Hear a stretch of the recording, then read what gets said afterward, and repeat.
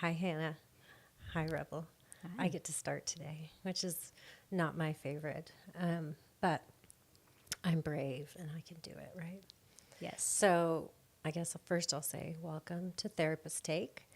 I'm here without Josh Nichols, who's usually joining us because he's at a training. So my other colleague, again, tapped into her courage and maybe commitment. We're playing on that, and Rebel Buersmeyer, and she stepped in. So we are going to talk about EMDR. And that's something that Rebel and I can talk about for hours and hours. Actually, we enjoy it and we care very much. So it's a comfortable and I think a really informative topic. Yes. So stay with us.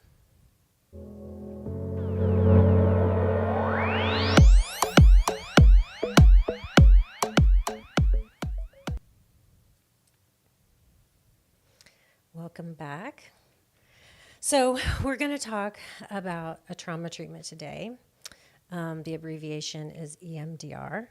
But before we get started, I'm going to try and just do my little tiny Josh impression and invite everybody to do all the things that you're supposed to do, like follow, subscribe, bell ringing, and all of the jazz that's supposed to take place, right? So that we can know what's working, people can get information. And also, of course, if you have feedback for us, questions or just topics you think would be helpful for you to hear us talk about, you're curious about, we'd love to get some of that information back. It's really helpful. It's important to us. We talk about things that are important that we hear from our work, but even direct feedback this way would be really welcome. So again, here we go, Rebel. We're going to talk about EMDR. All right, let's do it. Okay. So we kind of wanted this to be a general topic, right? So we were both thinking this is something that we talk about as clinicians with our clients. When we are meeting clients or maybe even been referred clients, some are directly coming in saying, I've had these things happen to me. I think I would like to use EMDR as a treatment. Sometimes we meet with clients, and as we start getting their story, right, as we do our assessment work, we think, yeah, I think that would be a good treatment option, right? So we're just going to first talk about, first of all, we need to probably label what EMDR stands for. But what we're going to talk about is what is EMDR the most helpful in treating, right? Kind of what's its most effective. And there's lots and lots of science around EMDR. I would say it's one of the most highly researched mental health modalities. And so that's first what we're going to start with. Then we can talk about what else is it used for, because like any clinician, the tools that you have in your toolbox aren't just used for one thing, right? Right. And then thirdly, what is the experience like for clients to receive this treatment? And we can talk about that from being in the room, and I can even talk about it from being a patient who's had EMDR, right? So that's kind of where I want to start. So I'm going to let you do the hard part and go ahead and tell everybody what the initials EMDR stand for. Okay. So EMDR stands for eye movement desensitization and reprocessing. It was developed, kind of discovered and developed by a woman named Francine Shapiro. She kind of discovered it one day when she was walking and noticed that she had done some processing and noticed that along with that processing, her eyes were moving back and forth. So what they have kind of discovered through further research is that it's not necessarily the eye movement moving back and forth, but it is the bilateral stimulation of the brain. So the two different sides of the brain being activated bilaterally. And so that's really kind of pulling up the trauma, pulling up the emotions, pulling up everything about that. Doing that bilateral stimulation just kind of helps to process the information and be able to see it from a different perspective. It is, though, the worst name probably that you could come up with for a treatment, right? It tells you, I guess, what it's doing, but it's such a weirdo thing that I don't even think people know. It's almost like if you'd said something to me in Russian, like it. Right. I just have no way to even process what that Right. means. And a lot of people have a hard time getting the letters and I hear EMRD. I hear all the right, all the EDMR. Yes, That's what yes, I hear all I hear the time. that one a lot too, right? Yep. And so I think it's important for us to actually use the whole name so that people can get it right. But I really think that probably my trainer said this when I took the training, that she kind of wishes she just would have called it reprocessing, that maybe would have been broadened and easier for people to just understand. Right. The idea of eye movement always sounds kind of, I'm going to use a bad word here, but Yeah. kind of witchy. Yeah. Right? Yeah. Well, and, it took, even as a trainee, it took me forever to remember what EMDR Yeah. even stood for. Yeah. I was like, what? Wait, hold on. Is Yeah. it? Yeah. Uh-huh. Yeah. So, Yeah. Yeah. I love, though, the story that you told about Francine Shapiro, because I love putting things into context and story, right? So when you understand where things come from, and the story, and who knows exactly how accurate it is by the time, Right. because this was in the 70s, 80s, right? But the idea of moving and walking is bilateral, right? So let's even describe what's bilateral, right? What are some Right. things that we do? Right. Yeah. And, and that's one of the things that I tell some of my clients too. I mean, they're always coming in and saying, I feel so much better after my run. I feel so much better Yes. after my walk, after bicycling. And a lot of that is, the physiological part of our body. Sure. But I'm always like, well, that's also because of the bilateral stimulation, because you're activating both sides of the brain. Right. Absolutely. Right. And I even really like in the training how they also talk about bilateral being something that's built into being a human, and you can see it across culture, right? So all cultures have dance. All cultures have singing and movement, right? As part of Yes. ceremonies, right? As part of tradition. And that's bilateral, right? I mean, Absolutely. geez, think about how good dance is. Not just, it's cardiovascular, et cetera, but it's bilateral, right? Think about what you do when you have a baby. You bounce Right. back and forth, foot to foot, foot to foot, foot to foot, right? So there are things that I think probably are even just almost biologically imposed in us. Right. About things that, it just feels better when, like you're saying, my clients say, boy, after my run, I really felt better, or thought about this, or was able to, really come back and I felt less intense or something, right? Yes. So I always like EMDR because I think the premise is actually, if you start thinking about it, it feels very almost organic. It feels very intuitive, right? Like, oh my gosh, this is too much. I've got to go have a run, right? Or, oh my gosh, this is so much. I got to get outside. Just these things that feel like there's this part of us that's drawn towards processing as a way to move to healing, right? And some symptom reduction. Right. Yeah. Absolutely. I know. So let's talk a little bit about what, like I mentioned just kind of briefly, but there's a lot of research around how EMDR is helpful, what it's effective. And so how would you describe, like, oh yes, EMDR is very effective with? Well, it's definitely effective for single trauma incidences. So, car wrecks. When she first developed it, she developed it initially for Vietnam veterans coming back from war. So really those big traumatic experiences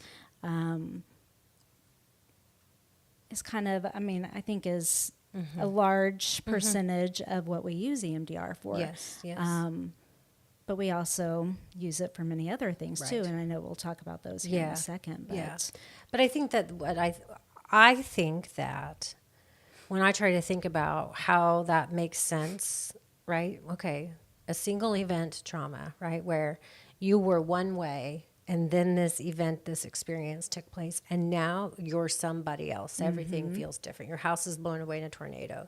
You thought you were safe driving, and now you're not, right? You have a battle, right? And you watch your battle buddy, be taken from you. right, Those are going to change you. That moment in time is fixed in your brain, right? As a standing point, right? And so I think it makes sense that event going so distinctly from this is who I was, and then this happened, right? I think we can see why a targeted treatment around activating that memory activating the emotions and the negative beliefs that go with that experience from before and then after. I think Right. that makes sense that would be very highly effective, Yeah, right? absolutely. I think so. I think in those single incidences, our brain is just so overwhelmed that it cannot process what is occurring at that moment. And so it just kind of gets stuck. And so, yeah, to be able to pull out this one event and be able to reprocess it and change that belief system, to me, that makes a lot of sense. It makes a lot of sense, yeah. And I was doing some reading on the brain, and obviously we're probably at the very beginning of actually understanding the brain and the systems. But there was something interesting that really, when I was reading, it made sense to me thinking about EMDR. The idea that when the amygdala, right, the part of our brain that houses our emotion center and our memory, right, when it is surprised. So when someone swipes you, right, when I know we live in Oklahoma, but you still don't think you're really going to get hit by a tornado, right? Right. So when the event takes place and you're surprised, it is going to overwhelm and hijack your amygdala in such an intense way that it is coded, whether you want to or not, into you. Right. Right. And so when I was reading that, and I just thought about it, when the amygdala can predict, right, oh, this looks treacherous, right? It's overwhelmed, but it's not as significantly overwhelmed, right? Those events aren't coded in the same distinct way. And I was like, well, that makes a lot of sense for those single, especially, I mean, for a lot of things, but especially that single event trauma that Right. we really target in EMDR. Right. Yeah. It's a lot. It is a lot. Yeah. Yeah. But it's But it's not just single events. And I would actually even say that for me as a clinician who works with a lot of couples and a lot of people that are dealing with relational issues, betrayal trauma, past abusive relationships, that I actually probably as a clinician have used EMDR not for single event, but for other things. What about you? yes. So I see a lot of first responders. So I do a lot of EMDR with single incident traumas, but yes, kind of in seeing my partners and yes, other just single adults. I've used EMDR a lot for childhood trauma as well. It's a little bit different with childhood trauma, but definitely childhood trauma, betrayal trauma, abusive situations, absolutely.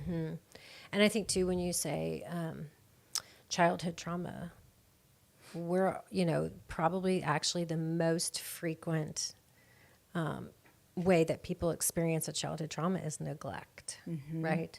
And so that's traumatic, right? But I think sometimes when we hear childhood trauma, we think a death, we think, physical abuse, right? But a lot of times it's neglect, right? It's that emotional absence from your family environment. Absolutely. And so have you used EMDR with those kind of topics as well? I have.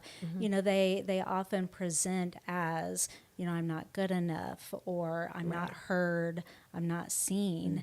And, kind of tracing that back, it's a lot of it is the emotional neglect that they did not receive from family members.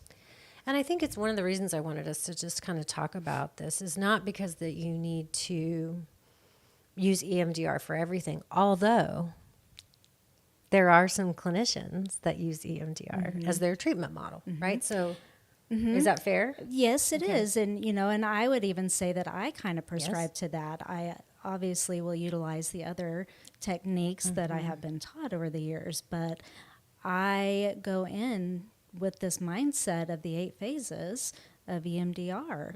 And I think that it fits for so many people. What kind of resources do they have? What coping mechanisms? What has influenced them to have the issues that they have today? Sure. Yeah. And preparing them for what's next. Right. Yeah, those phases of treatment. But I think that sometimes in my experience too, other even mental health professionals only refer or recommend that their clients seek EMDR treatment for those single event traumas. Have you noticed that too? Yeah. Yeah, I would say so. And I don't Trying know to that think. it's I'm, right, wrong, or it's not a judgment. It's just part of the reason I wanted to talk about it was because there are so many people that I'm continuing to meet and interact with, train with, learn from, that really are just like, no, that's kind of the way I see the work that I do from the 8-phase perspective, right? And so that I think when you're talking to clients, when you're talking to colleagues, or when you're talking to therapists who may even have a very different perspective, it's just about, well, this is kind of how I see it, right? This is how I use this lens, right, for treatment. Right. Yeah. Right. Absolutely. And so the other part of EMDR that I really like, and I know that you do too, because this connects to the work that you do, not just with first responders, but also people that are running to work on disordered eating and eating disorders, is the idea that EMDR definitely takes this back to the body, right? So can you talk Absolutely. how that works and what that means? Well, so, memories are stored in the body. Kind of going back to, I mentioned it last week, the vagal nerve. And, that vagal nerve controls so much of our body. And when our fight or flight system is, when that kicks in, that's going to activate that vagal nerve and put us into a fight or flight state. And that controls every part of our body.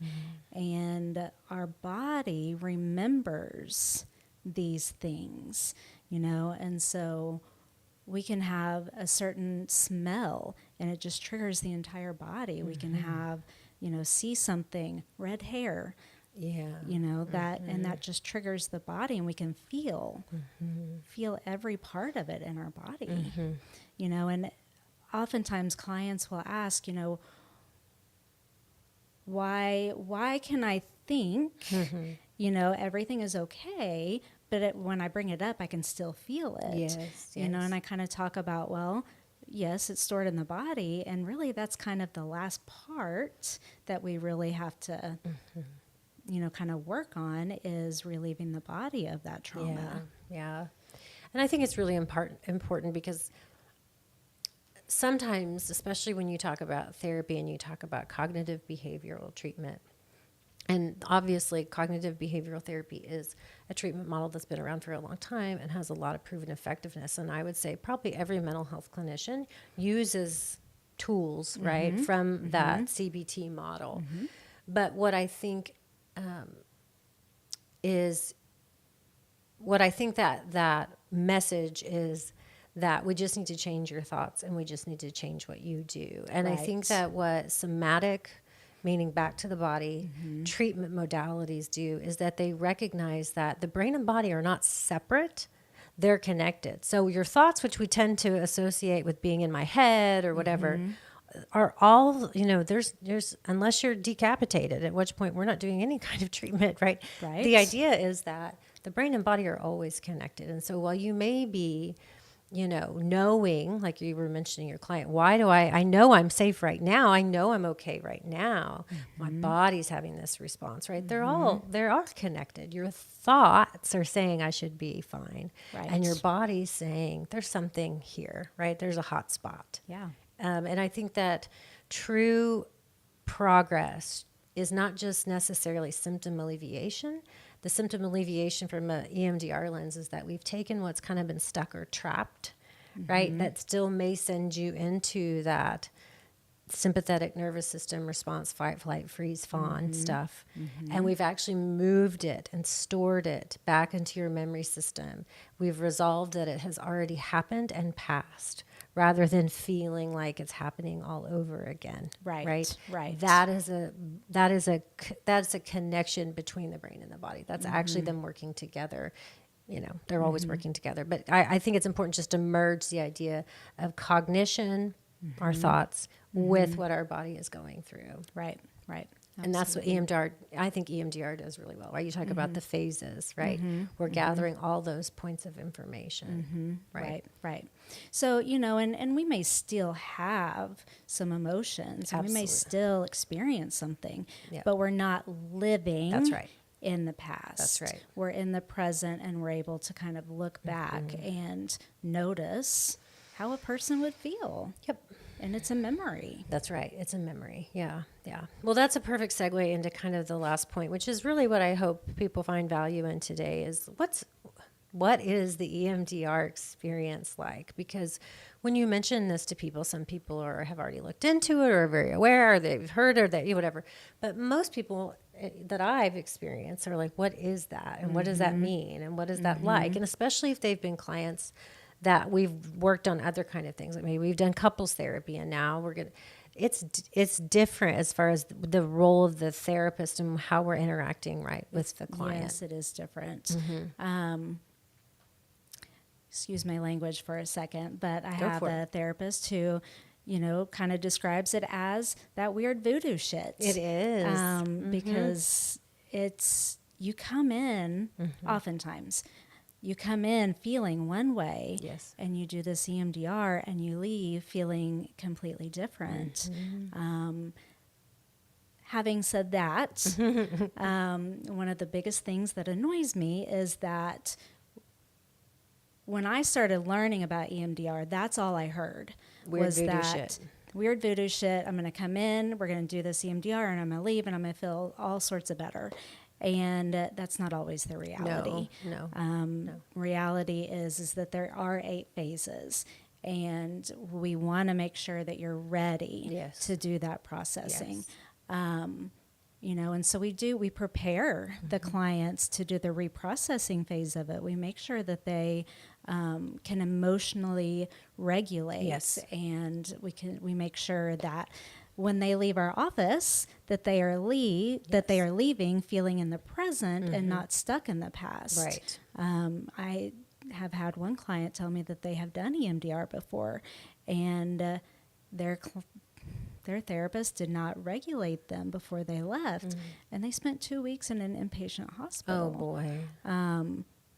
Should not say that on here, but anyway, but it's because the therapist did not teach them those self-regulating skills. And so I spend a lot of time on that phase, and so it isn't a come in, fix everything and leave type therapy, but it is at the same time amazing. Yes. I think though also what you're speaking to there is like, the Hippocratic Oath, right? At minimum, do no harm, right? And so if we've got this thing that will help you, we want to do it, but we can't do it and send you out and you come apart. Now, you could make a mistake or do the best you can. And there is I will say, and I tell my clients this, that we're going to start this journey and I don't know for sure where it's going to take us. Right. And so there is that. I mean, like anything, right? There's somewhat of a risk in the sense that I don't really know exactly how. I wish I could tell you that everybody who comes in, I can say session 1 will look like this and I can't, right? But I am going to do the due diligence up front to build your resources, your support, your emotional regulation skills, right? That you're in a safe place, that you have realistic expectations, that you can come in and out of assessing your needs and how well can you do that. And also, I often won't do this work with people if they're still in an unsafe situation, right? Whether they're having to go back to a home or an environment that's just really, they kind of need to stay in fight or flight, Again, I know that sounds like heartbreaking, and I think that it is, but do no harm. So if I start unpacking this and there's going to be some version of coming apart, or I tell my clients, let things fall away so that the new can come. If it's not a safe place to for things to fall away, then really it's almost like the brain's going to be working against you. Right. Yeah. We won't do that then until we can do some more of getting you to the safer places. Absolutely. Part of this is that we're allowing our brain to do what our brain wants to do. We're letting our brain lead us. Where traditional talk therapy, the therapist kind of leads and prompts and, kind of has a little bit of say in how a person feels and how they, what they're feeling when they leave. Yeah. Where with EMDR, again, it's our brain doing the work. It's not that we are doing work, but the brain's doing the majority of it. And so, yes, we want to make sure that they are in a safe place to be able to manage what the brain is going to open up for them. Say it. Yeah. So what does it look like, right? If anybody interested, like they hear weird voodoo shit and they hear witchy and yet we're saying it's great, right? But it's great. Right, Yeah. it's great. So Yeah. what is it like? What's the experience like? And how is it different from therapy? Because I think more people have done more traditional talk therapies and couple therapies and family therapies than EMDR, targeted trauma treatments. So what I like about EMDR is that, yes, it hits on the body. It hits on the thoughts that we have. It also hits on the negative belief systems that have been developed from whatever the trauma or the distressing event is, and so we really, we do a thorough, or at least I do, and I believe you do too, a thorough history and really kind of get to know the client and the traumas and the experiences that they've been through. Also, the positive aspects of their life and what makes them feel good and what helps them to self-regulate. Right. And then we kind of come up with a treatment plan. And then we kind of look at what are we going to target with the processing.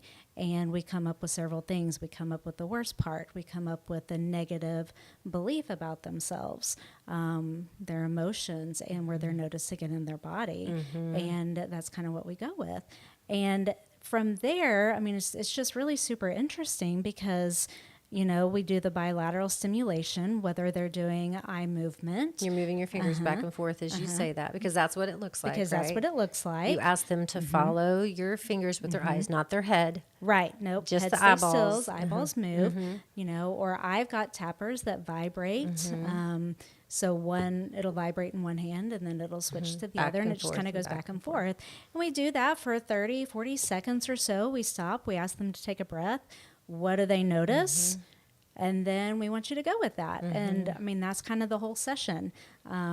Just kind of going through that whole experience. And you're just really noticing what's going on with you. Whether it's a memory, whether it's a thought, whether it's an emotion, or whether things are changing in your body. Right. And that's really kind of the processing aspect of it. Right. And then this is always my favorite part, the positive cognition. It's so important, after we've done the processing, to have a positive belief about ourselves, and really enhancing that and strengthening that, so that they can learn from these experiences and be able to use them in the future, having that positive belief about themselves. Yeah, that is the best part, right? I think too that, kind of talking to people about what you use. It's called eye movement because that's what they used at first, right? They have the clients follow the therapist's fingers back and forth, and you want to move them far enough that they're actually having to move and not just generally move, right? The other types of stimulation, you mentioned the tappers, where it taps or buzzes back and forth. You can also use tones, right? So headphones and that kind of thing, tone back and forth. But my understanding is you don't use tones exclusively. You would add tones to an eye movement or add tones to a tapper. But you know what? Actually, a lot of my clients like the actual tapping themselves. Yes. Right? So a lot of my clients like to put their hands, and I'll do it just to illustrate, on either, kind of the upper arm and tap back and forth. And when we're doing the activation, right, of the distressing event or we're going to go fast. And I get that a lot. Oh, that's faster. So it's, right? Right. And so tapping, you can also tap on the tops of your knees, the sides of your knees. I've never had anybody choose to tap right here on the collarbone, but that's another spot. Right. It's really about, and I make my client, I don't make them, I ask them, I invite them to try and tap in different places and just notice whatever information they get back from their body, because the body's going to know right away, like, oh yeah, I like that, or no, like this right now. I like the way this feels because it feels like a newborn baby sleeping on your chest, but this is not something that would not feel good, right? So you just want, again, to notice those things and respond. You can also use a light bar right? Which I do not use, but you can use, which is just literally a bar of lights, right? That's set on either side of the client, to which they watch the lights from one side to the other. And that's where they're moving their eyes back and forth. Also, that's very popular for people that are doing EMDR on a telehealth platform, right? There's things they can use to where there's light that they watch, or a ball backing back and bouncing back and forth, right? So there's different ways to get this bilateral stimulation. I know some therapists that work with kiddos that use mats on the floor where they jump back and forth, right? Left, right, left, right. Right. That, so there's Drums. all drums, drumming back and forth. Sure. Can think about cultures, right? So there's lots of ways to do it. It's really more about I always tell my clients, we have more data around using the eye movement, but that's because that's where it started. It doesn't necessarily mean it's the best, but I think that's still a great place to go for people. Some people want to close their eyes, and so using eye movement is not as helpful, because actually closing their eyes helps them get more in touch with the memory or the emotion or whatever. And some people do not want to close their eyes.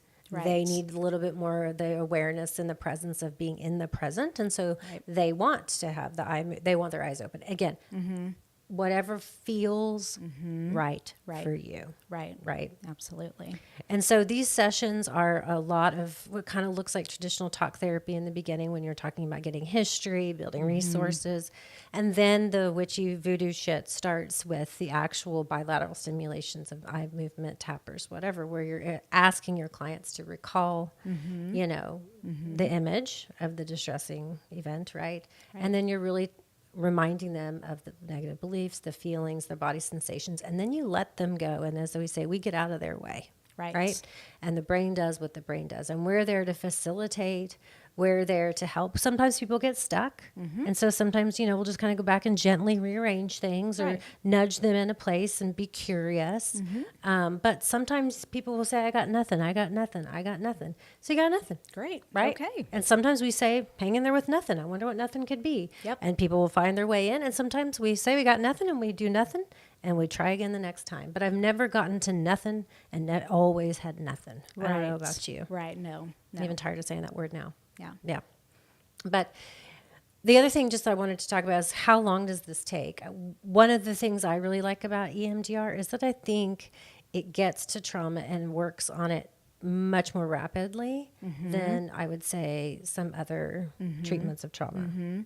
So kind of what I have heard and read, a single incident trauma usually takes 1 to 3 sessions, where what's the word I'm looking for? Complex trauma usually takes a little bit longer, probably closer to about 12 sessions or so.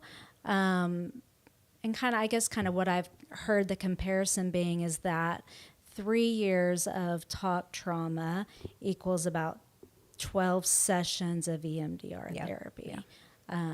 So, and I think too, we can say there are times when you have what we call processing sessions in between bilateral, or even within the same session, you do a little processing before you do. Because this process, the good news is you're not just making progress on your goals when you're doing the bilateral. We're knocking stuff out and making connections, and meaning is shifting and body's responding outside of the therapy office. Right. So we're going back and checking progress, right, and processing, and people have insights and connections that are made very often outside of the therapy room, right? So sometimes sessions in between are, hey, what have you noticed? Because people will come in and you hear this word, I had a breakthrough, or I realized, right? Yeah, absolutely. Yeah. And sometimes we listen too for just little things. People are like, oh, it didn't work. And then in the next couple of sentences, I actually slept last night. It was just so weird. And I'm like, oh, but it's not working. Interesting. Interesting. Yeah. So sometimes it's subtle Yes.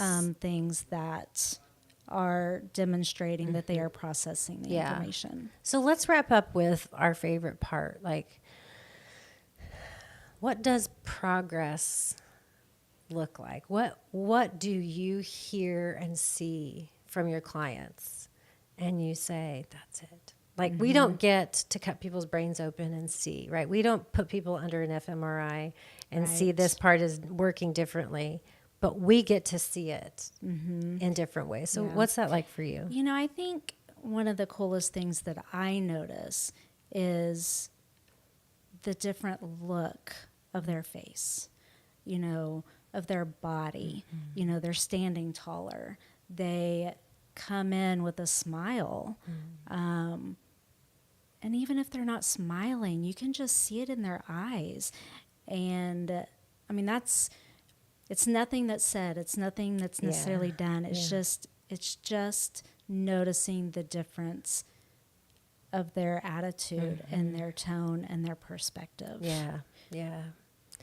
I think as therapists, we're so intuitive too, right? That information screams at us.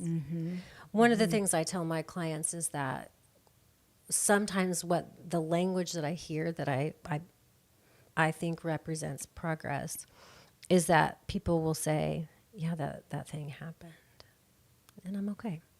Yes. It's that subtle. And that sounds, I don't know if that sounds like big or small, but do you know what it means to be able to go through life and have had bad stuff happen? Know that more will. And saying, I'm okay.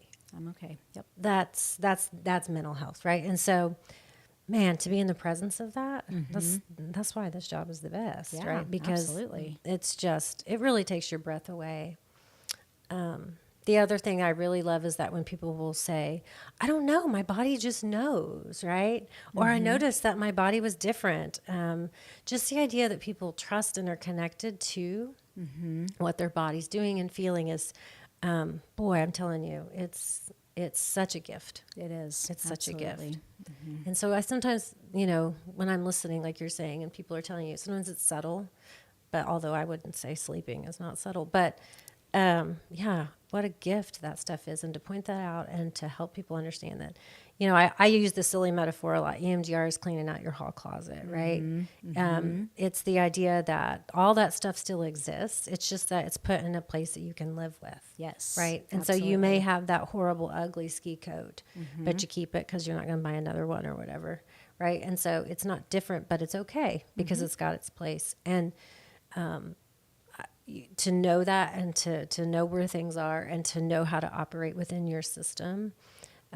Again, I think that's what the balance of well-being and mental health looks like. Yeah, absolutely.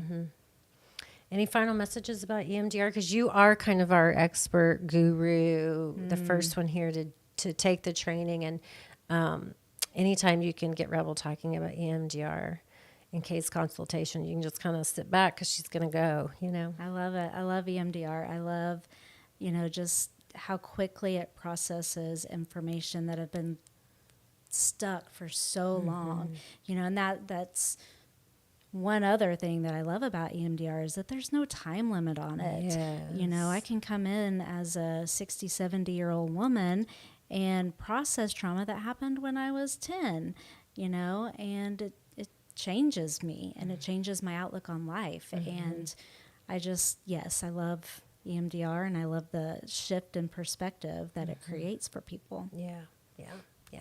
Well, good. Then we picked a good topic for us to discuss, right? I know. Well, thanks for doing this. If I'm doing this, I'm glad I'm doing it with you, right? Of course. Yeah. Absolutely. I know.